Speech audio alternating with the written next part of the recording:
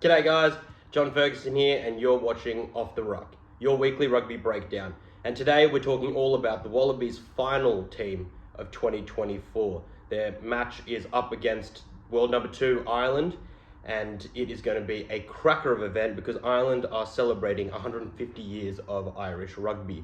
They've got a specific made jersey which looks absolutely epic. I would consider buying it if it wasn't that we were playing them today. Depending on the result, maybe I'll buy one. And so without further ado, let's whip into the side that Joe Schmidt has picked for his final test for the 2024 season. Let's whack it up there. And so as you can see, I think the biggest surprise of all really in the starting 15 is the fact that James Slipper sits there at number 1 instead of Angus Bell, who has shifted to the bench.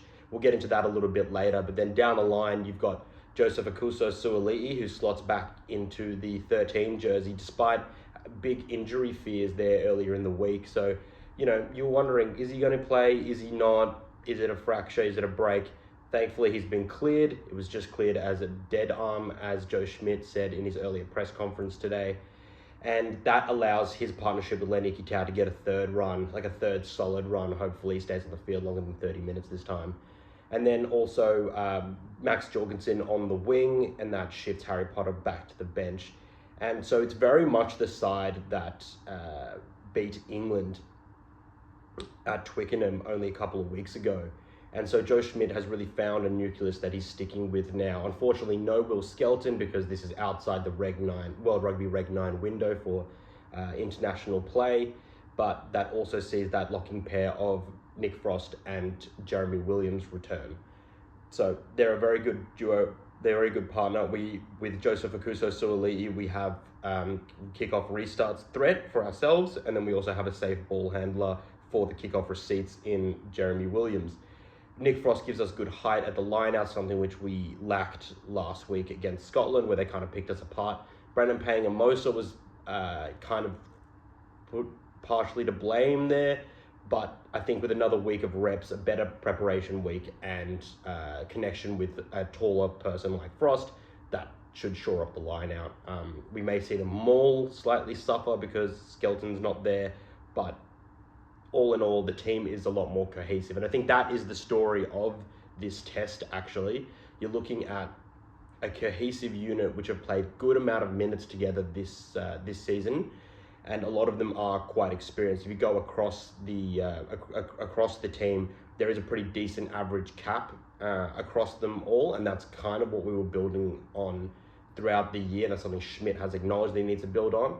I wrote an article this week on the raw.com.au, which I'll put in the description below, which really went through how inexperienced and how the lack of cohesion last week against Scotland really cost the Wallabies in the second half there. It was a similar story if you go back and look at the side that finished the Argentina game, which the Wallabies lost by quite a considerable amount.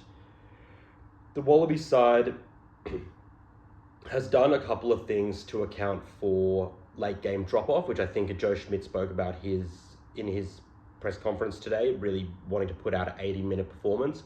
So they've sacrificed the ball running threat early with Angus Bell, and they put James Slipper there because he's an experienced player. He'll be going up against Finlay Bealham, which is an Australian born. For those in Canberra, you knew he represented the Brumbies. But James Slipper has got a vast amount of experience, and with him there, he may just be able to turn the screws a little bit on Finlay Bealham, who's less experienced. It's hard to be more experienced than James Slipper, actually. But then you've also got Angus Bell there on the bench to be able to bring some impact and a ball-running threat. So in the starting pack, they are lacking some ball-running threats now that Will Skelton's left and Angus Bell is not starting. But Taniela Tupou has come back from a knee niggle. But like I said, in the pack, you've really only got a couple of true ball runners. So you've got Taniela Tupou. Brandon Paenga-Amosa is a good ball runner in tight, as in he'll usually give you gain line. He'll usually get you to the gain line, but he's not one to bollock over that gain line. So that's kind of a half pick there. Then you've got Rob Valentini as well, and that's it. So they've only got really 3 massive ball carriers. Harry Wilson, who is the captain in number 8, he is a good ball runner, but he won't necessarily give you gain line meters. He'll give you lots of carries and lots of work rate, but he's not going to necessarily give you gain line, and we've seen that throughout the season. So Big responsibility on Taniela Tupou and Rob Valentini there to get the boys moving forward. But then in the backs, the retention of Joseph Akuso-Suaalii, and he's the biggest back in that back line. It'll be big responsibility on his shoulders and Len Ikitau to be able to give some impetus in the backs and to alleviate some of that pressure off the forwards, because the forwards can't do it all themselves. And last week against Scotland, the Wallabies were prone to actually being too forward dominated. And so Jake Gordon and Noah Losio have to realise this and have a look and see whether they're carrying too much of the load, and then they have to shift it out to the backs. It's going to be a great test, but then we'll also move into the bench, which sees Tane Edmed in the 23 jersey. It was something that I called, or something that I said that I would do at the end of the year for this test in my last video for the squad prediction. I'm extremely happy he's there. He deserves a shot. Ben Donaldson has been given some opportunities, not a whole lot, but if you're not going to give someone a decent chunk, you may as well see how it's going and how it's going to fare with a new player like Tane Edmed. He's a direct player. He doesn't shirk the tough stuff. He tackles hard, and fingers crossed he can do a little bit of directing around the field. Nothing flash, nothing fancy. I think a game like this against Ireland, who we'll get into it in a minute, who's a very, very class outfit, extremely well drilled, probably the most technically proficient side in the world. You probably just need an organizer and a general to be able to say, look, we're going to go here, we're going to do this, and we're going to do that. So big rap for Tane Edmed, extremely exciting, and fingers crossed that he gets on with about 15 minutes to go, no matter how the game's going.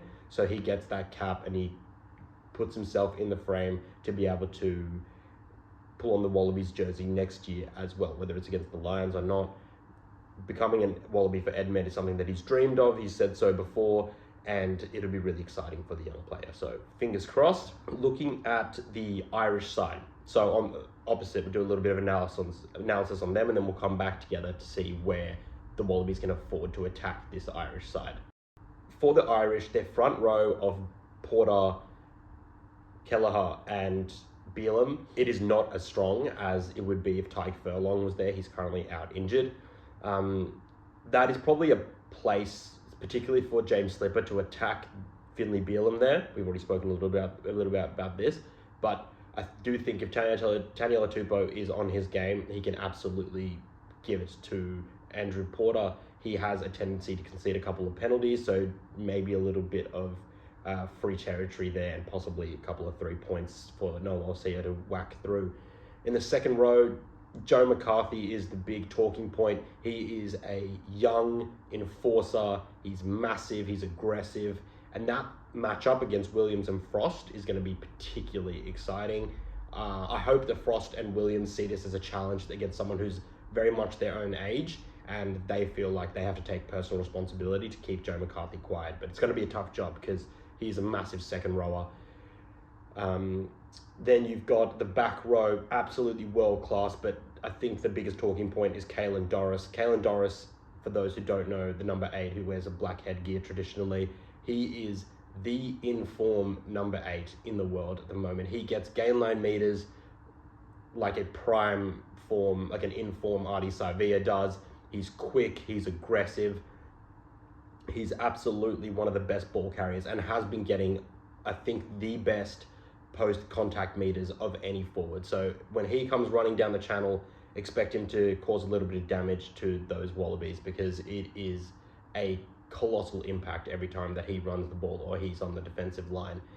Jamison Gibson-Park comes in at number 9. His service and the speed of his delivery off the base of the ruck gives Ireland a new dimension to their attack. When he's not playing or he's off the field, it really does hamper and slow their attack. It's something that the Wallabies are going to have to be extremely aware of, and someone like Fraser McWright, who's come back into the side now, really needs to work hard to not necessarily just commit to rucks willy-nilly, but pick his moment to do a good job to, if he's not going to steal and pilfer the ball or secure a penalty, at least slow the ruck down considerably. It's going to be vital, because otherwise Ireland, with now moving into the number 10 jersey, a young playmaker like Sam Prendergast, he's going to be able to play on top of the Wallabies, which will undoubtedly see the Wallabies make some defensive mistakes, as they did against Scotland, and concede some points. And on Sam Prendergast, the young, very young, 20 or 21 years old Leinster player who has been acknowledged as the next Johnny Sexton, has a ridiculous amount of swagger and confidence in his game for a young guy. He can throw a cutout ball like any other world-class 10. He's got a great kicking game, and he's just calm. His swagger allows him to be calm in the heat of the moment. So looking forward to see how that contest goes up against Noah Lolesio. Hopefully Noah Lolesio feels as though he's his senior, and so he can add that to the confidence bank and maybe be able to go about his business in a little bit more of a confident way, because usually Lolesio is the less experienced 10 on the field, and that has been the case all season. The centers 12-13 rather, Bundy are key, massive physical presence, big player, 100 kilos plus. That's going to be a handful for Lenny Kitau, but outside him is Robbie Henshaw. Bit of a smaller, less cohesive unit there in the centres. Usually it's Gary Ringrose and Robbie Henshaw. Gary Ringrose there at outside centre, and Bundy Aki or Robbie Henshaw at the inside centre channel. Gary Ringrose is on the bench to cover that, so we'll see how that goes. Mac Hansen on one wing, James Lowe on the other. They use James Lowe's left boot to exit a lot, so look for that. That's going to be his role. He's got a mega left foot boot. If you give him time and space to kick, you will lose that territory battle 9 times out of 10, so the Wallabies got to watch out for that. And then the forever perfect, or the faultless rather, Hugo Keenan at fullback, number 15. He cannot do any wrong. He tackles well, he takes high balls really well, and he also is a great line runner. Very much in the similar style to Andrew Kellaway, the way that he runs lines out the back. So very exciting matchup there against Tom Wright. Very different players, but I think that if Tom Wright can have a little bit more of the calm-headedness of Keenan, Wright could surpass him, because Wright's running game is superior, and that much is clear already. And so where can the Wallabies really afford to attack this Irish side? Are there any weaknesses? I don't really think there are, but there is an opportunity for the Wallabies to frustrate the Irish if they go direct. They will need a lot of the boys who don't typically ball carry to really up their ball carrying status or drive and effort, but this will be really important because Ireland have been a little bit poor in their defensive choices at the breakdown, and that has cost them on the discipline chart. So they've conceded a lot more penalties recently than they would normally as part of their game traditionally. And so it's just a matter of whether the Wallabies can put enough heat on them at ruck time, because the breakdown won't be as much of a mess as it was last week against Scotland, but nevertheless it will be a very tough and tight contest there. So the Wallabies must be ready to give them that contest, and they might actually get some pay out of it. Likewise, at scrum time, the Wallabies have to assert themselves early. There is an opportunity there, especially with Beelan replacing Furlong. So James Slipper, go well, mate, especially for the first 40-45 minutes. James Slipper has to apply the blowtorch, because off the bench for Ireland comes Cian Healy, which will become, if he plays, the most capped Irish player of all time, surpassing Brian O'Driscoll, which is a huge feat on the 150th year celebration of Irish rugby. So congratulations, Cian Healy. You've done well. You've been a great servant and legend of Irish rugby, and it is awesome to get to see you play. Vice versa, when Cian Healy comes on, I know he's a loose head, just like Angus Bell's a loose head, but that dynamic to see who can bring the most impact will be interesting. Alan Alatoa off the bench, Lukan Solakailotu, a bit of a bulkier, Langy Gleeson brings a little bit of power. So fingers crossed the power game for the Wallabies in the second half will be able to make this an 80-minute contest and really be able to challenge the Irish depth. And so what I think for a prediction time, I don't think the Wallabies will win. Ireland are too proficient. This is the hardest test the Wallabies would have faced since South Africa, and we saw how those results went. We lost by each time about 20 points. So they scored above 30 points. And the Irish attack is super well layered. It's not as dynamic as the Scottish attack just because of the personnel that Scotland have in Sione and Hugh Jones and Duhan van der Merwe, but it is equally, if not better, structured. So there's going to be layers of attack coming at the Wallabies, and that is something that I think they'll target at Joseph Akuso-Suaalii, which may be a big problem for him and his defensive tendencies so early in his career. But I hope he goes well. I think that it will be tighter than a lot of the Northern Hemisphere expect, especially with a young gun like Sam Prendergast at 10. He is a great player, but he is still young. Had more experienced 10s been played off the bat for Ireland, then the game might be a little bit more blown out, because I just don't think that this Wallaby side, without Skelton, without a more settled centre pairing, without perhaps a bigger winger, and also the ability to be able to play their full side due to injury, with the injuries like to Matt Fesler, and not having necessarily perhaps the strength that they needed to have around loose head prop, then this is not really the Wallaby side that's going to be able to challenge the Irish all the way. But I do think that it'll be a close contest, and I think there'll be some great rugby.